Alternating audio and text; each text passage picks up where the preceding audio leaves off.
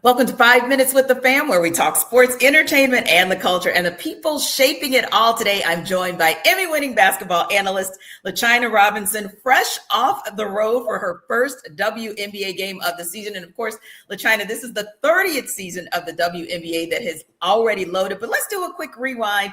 What was one of your favorite moments and one of the most rewarding moments, intriguing moments in the 2 decades you've covered the league? Oh boy, I've had so many. I've had the great pleasure of being in the arena for game winners in the playoffs. I've seen teams raise championship trophies and been able to cover that aspect of the game. But I think honestly, the most rewarding thing has been seeing the growth of the game of women's basketball and seeing the level of investment rise in our sport. For many years, we've been preaching that women's basketball is amazing and more people should be watching and buying tickets and wearing merchandise, and they should be on more TV stations. And finally, we see it happening. And we've still got a ways to go, but I would say in the 30 years, that's been the best moment for me, is just kind of this monumental growth that we've all experienced here recently. Yeah, and it feels like we're having some full circle moments as well. I can remember going to Houston Comets games when we would visit my uncle every summer, and just to have that team, that franchise coming back. And one of the things I love as well is, as you've risen, as the league has risen, you've always been really good about uplifting other women in the business, myself included, whether it's rising media stars, creating the 30 Days to Rise guide, or like I said, even one-on-ones that we do. And as busy as you are, you always still find the time to pour into others. What keeps you so committed?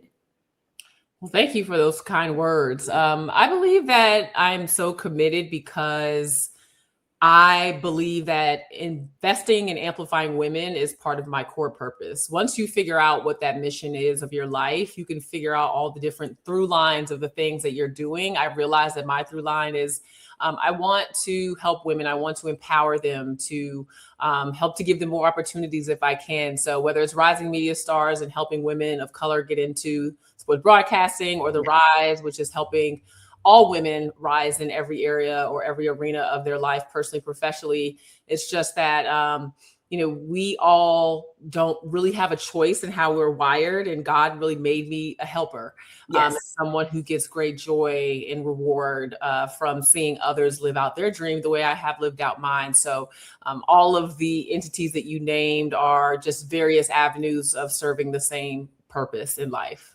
Yeah. And like we talked about earlier, W is back. The Prime broadcast crew is just one of the many crews that you are a part of. And you guys were challenged to make preseason predictions. So I got to ask, you chose the Aces to repeat as WNBA champs. You chose the Rookie of the Year as Olivia Miles, and chose Breanna Stewart as your MVP. So you got to give me your thoughts. Give me the tea on why you went in those directions. Yeah, well, I mean, Vegas deserves it because they've won 3 championships in 4 years. For sure. No one has been able to really figure them out consistently. New York kind of got lucky in between there.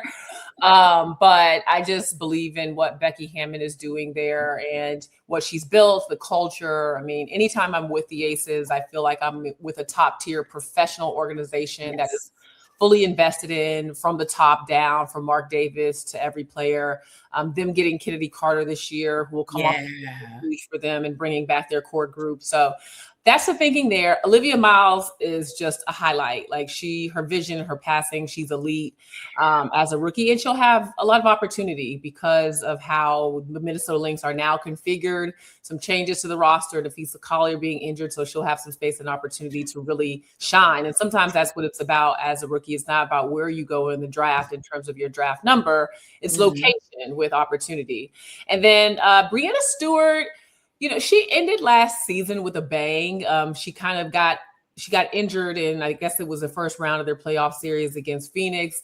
And then that last game, she just came out and went crazy. And it has stuck with me since last year. And even watching her energy now, because I did make this pick before the season started. Yes, she did. That energy that is matching that sentiment that she is on another level and she's on a mission. So we all know how great of a player she is, but she feels like she's having a resurgence. And so that's who I picked for my MVP. But we'll see. Yeah, we will see. All to be played. Exactly. A lot of basketball. Because I'm always like halfway through the season, I'm like, oh. But those were good ones. I got to tell you, because I feel like with what we've seen from the Aces, and like you said, the offseason moves just to continue to kind of ramp up that roster, that's impressive. We saw what Olivia Miles was able to do in her hurrah, as far as the NCAA tournament. So she kind of put the league on notice. And then, of course, Stewie was doing Stewie things at the end of last season. So I could also see why you wanted to pick her and why she might end up indeed being this year's MVP. Well, Emmy-winning basketball analyst LaChina Robinson, I appreciate you as always. And of course, I appreciate you guys for stopping by 5 minutes with the fam. I am Tenitra Batista, and I appreciate you for being a part of the combo. Thank you for having me, Tenitra. Always good to see you.